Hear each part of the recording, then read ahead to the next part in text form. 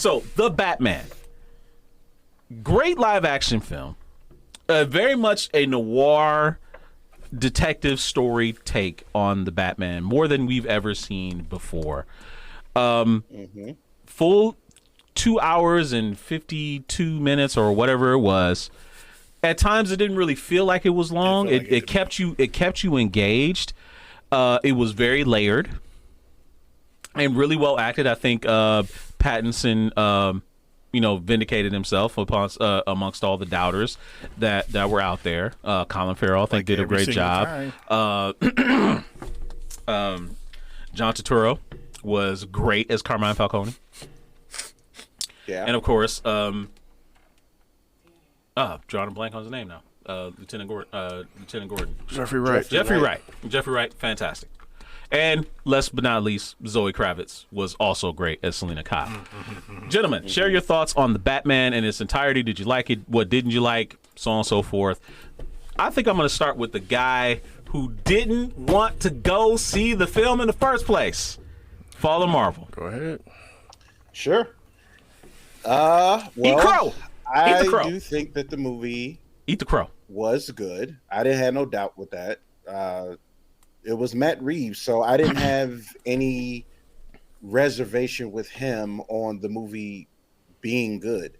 So as walking out of the movie, I thought it was good. I thought it was well acted. I think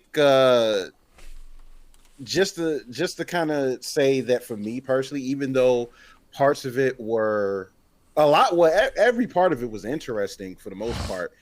But I'm in the camp that feels that the movie didn't need to be 3 hours. So it was one of those things where even though I was interested, I did kind of feel that runtime. And the final climax of it, even though I know what they were trying to do, I don't know. In a weird way, it didn't really meld as well together with the rest of the story to me.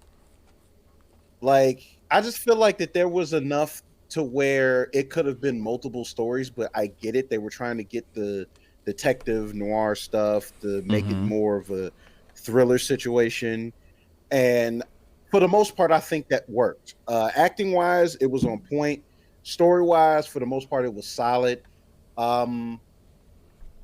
With Robert Pattinson as Batman, I thought he was good. Bruce Wayne, because he was more committed to the Batman role, like he was kind of just there out of costume. Like I don't know. And I'm gonna have to kind of go with GQ about this or whatever. I really do feel that having seen it, and even though some of it was good, but I don't know, like I really feel that Robert should have committed more to the physique though.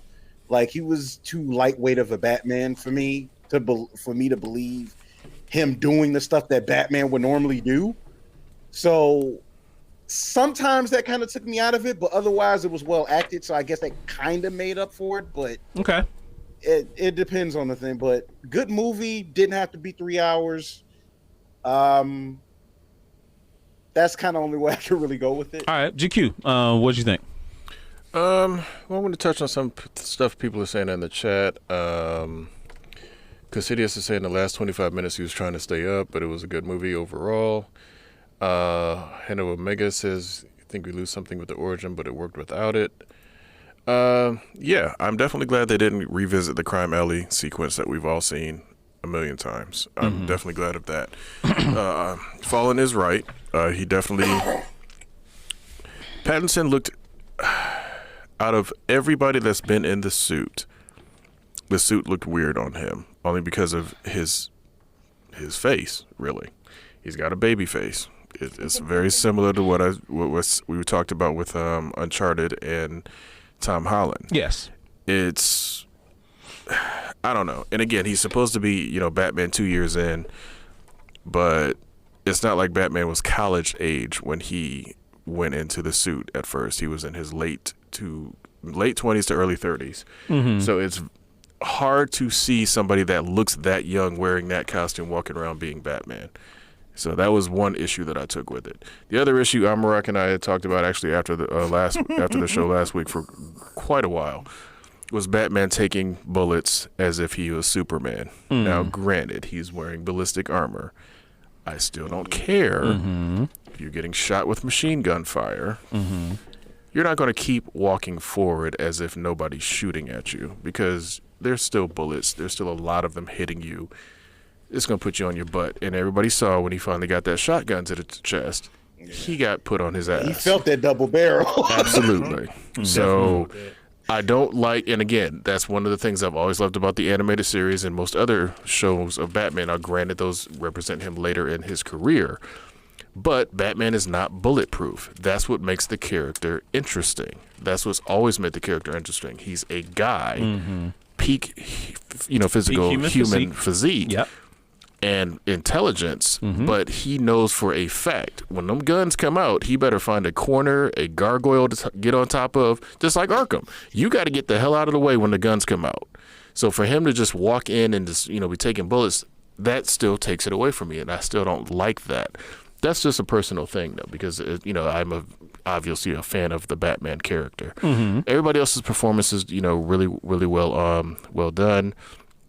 Zoe Kravitz did great as Catwoman. Obviously, Jeffrey Wright don't know how to do a bad performance. His Gordon was good. Yeah, have we ever seen him mail it in ever? Nah. No. His Felix Leiter was tight. Not even in Lady in the Water.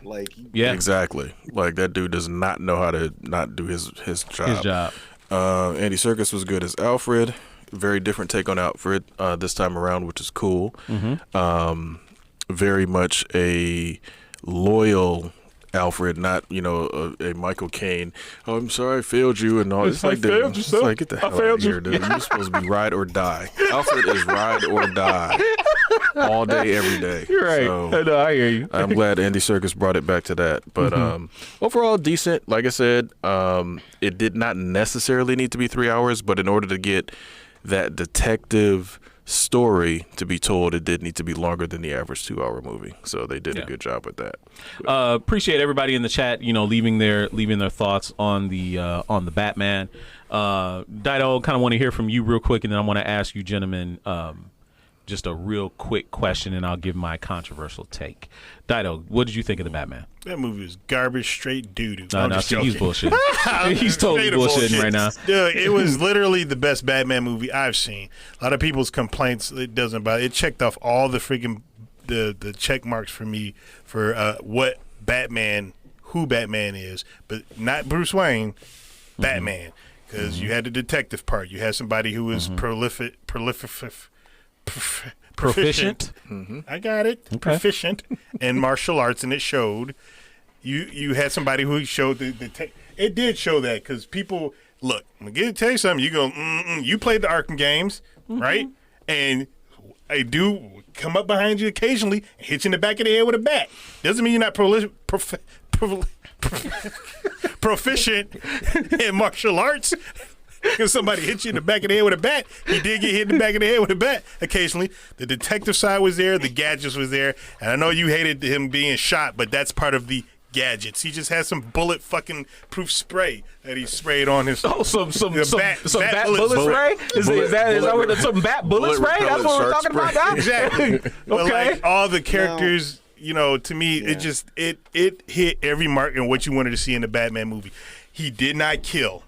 There's only two Batmen in the movies that did not kill. One we love because it's Robert Pattinson and it's his newest movie, and everybody else hates. I don't hate the Batman and Robin as much as everybody else does, Clooney? Because again, George Clooney. Because I see what the director was trying to do. Yeah, he was trying to make Adam West. Exactly. Though nobody wanted Adam West. No, but nobody. Regardless, it was too much of a tonal shift. Yeah, 100%. But if you look at it that way, you'll have a fun time. Put Adam West. We're not going to talk about that. Wait a minute. Hold on. Wolverine Solid X. Ecto Cooler Juice? Oh, Ecto Cooler Juice. Okay. Yeah. Okay. But to me, it checked off every single check mark. I did not feel like I sat there for 3 hours. And like a lot of people were saying, like he didn't do a really good Bruce Wayne, but his Bruce Wayne wasn't developed yet. And it was showing in the movie because he was just focused on being Batman. And that's why he had the confrontation with Alfred saying, you need to be here for your company. You need to do that. And not till the end of the movie, he and though they didn't really portray this, and I think you're going to get this in the future movies, where he is going to be doing what he can as Bruce Wayne because it was apparent that his dad tried to, but got manipulated in certain ways where he's not going to be that. So you're going to have that Bruce Wayne that everybody can go to, and he's going to be the complete opposite. He's going to learn to put that mask on because he's not wearing the mask at all. As we all know, Batman's pretty crazy. Batman is his true identity. Psycho, bro. Psycho. Yeah. Batman is his true identity. Bruce Wayne is the mask. He hasn't learned the mask yet. End of the movie's showing that he needs to learn that mask. And I think that was all that stuff was put into that. So when people complain about that, their eyes are closed or halfway closed about the Bruce Wayne part of what I'm saying. Okay. I also say he is the master of the quick change because that man was on that motorcycle. Real fast, wasn't he? And then, no. And then suddenly he had that bat suit on like right away. I'm like, I know. See, that was cool. I like that part. All right. Yeah, I like that part. But no, like I was saying, so I'll give my quick take, and then we'll hit the power is yours with a question I wanted to ask you all. So, my take on the Batman. I think the Batman as a movie was really good. I really enjoyed it. I really did. Pattinson did a lot better than I anticipated him doing. That Batmobile. That scene, my gosh, when that you heard Batmobile. When he started that boy up. He started that bitch up. I was just like, yo. The whole movie had I was like, fear. yes. And it was just yo. Another check mark. Yes. No, see, and of course, the other thing that I really loved about this movie is, you guys know me. I'm a big music buff, music score buff. That score by Michael Giacchino was incredible. Like, dude, dun. I don't pay attention to scores usually in movies. I'm not gonna lie, but the score was great. It brought into exactly check mark. Yes, the score was great. I could listen to that suite of the Batman. I probably have listened to it maybe 20 times already. It is really good. The Riddler was sufficiently. Some people didn't really like the Riddler because he started to go a little bit Ledger Joker for some people, for some people's tastes. I know some people weren't really wild about his bondage suit outfit that he was wearing. I wasn't fully wild about that either, but Paul Dano played him pretty crazy. I'm still kind of out on whether that's good or bad, but I did appreciate the long winding trail that he was sending all of Gotham on, really. The police, Batman, he was keeping everybody guessing. As far as plans go, I thought it was really his plan was a little more Ra's al Ghul level, though. Yes. Like, the Riddler is It had layers. It had a lot of layers. I was going to say John Doe from 7 because the movie was really... And I think that's where he flew a lot of inspiration. Very much 7, but I'm saying just staying within Batman's rogues gallery. That was more of a Ra's al Ghul level plot to flood the city and basically cleanse the city. That's not really a Riddler thing. Yeah, that's Riddler's, not Riddler. He's about his ego. He's always about proving that he's smarter than anybody. But again, they changed his origin a little bit and made a difference. Sure, so it's fine. Sure. I do appreciate that they did not kill the villain. So he can return if they wanted him to return. Another first Batman movie. They didn't kill the villain. For Batman and Robin. Right. That did not kill the villain. Did not kill the villain. Batman didn't kill anybody. I got beat the fuck up. I mean, Riddler survived in Batman Forever. Okay, but he killed Two-Face fell off. He spent the whole movie. Robin, you don't want to kill this man. You don't want to kill this. What does he do at the end of the movie? Throw a bunch of coins and make him kill himself. Right. It's like, come on. It's like, are you kidding me? Yeah. Hypocritical Batman. Yeah, no, it was good. I didn't think it was perfect. It wasn't, to me, it wasn't the best Batman movie. What I consider the best Batman movie is a movie that nails every aspect of who and what Batman is. Not just the detective, not just the warrior fighter, not just the guy with the Bushido code, will not kill, not just the Dark Knight detective, not just Bruce Wayne. No live action has ever given us everything of what Batman is all at once. Excuse me. Yeah, but Guanaman's right. Scarecrow survived Batman Begins. Now, I would argue you're right. Go ahead and let me finish my thought. Okay. We should have had more interactions with him and Alfred. I don't disagree with that. I don't disagree with that, and I think that's a valid. I think that's why some people kind of have a disconnect with his Bruce Wayne because there wasn't enough of that.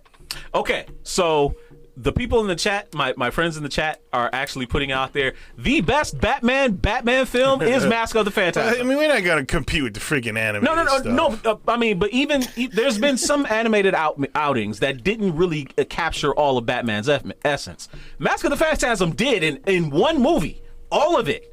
Like everything, you got Bruce Wayne, it got the detective, it got the guy who doesn't kill, it's the guy who will save someone's life. Even that's if cheating he because doesn't want to. you're using the best Batman that ever has been anyway. I don't care. Like they can give us that. Not only that, he's the best Batman. Period. He's been the best Batman on both sides. That's what I'm saying. Like until a live action can give me all of that, it'll never give. What I'm saying is Kevin Conroy is the best because he's been the best on both sides. He's been Bruce Wayne and he's been Batman / Bruce Wayne in animation, and he's also done it live action. So. I get you. So for me, Mask of the Phantasm is still the best Batman film. Is this the best live action Batman film? I don't know. Some people still say Dark Knight is still tops, but Batman, the Batman is right there. She's playing Elden Ring, so.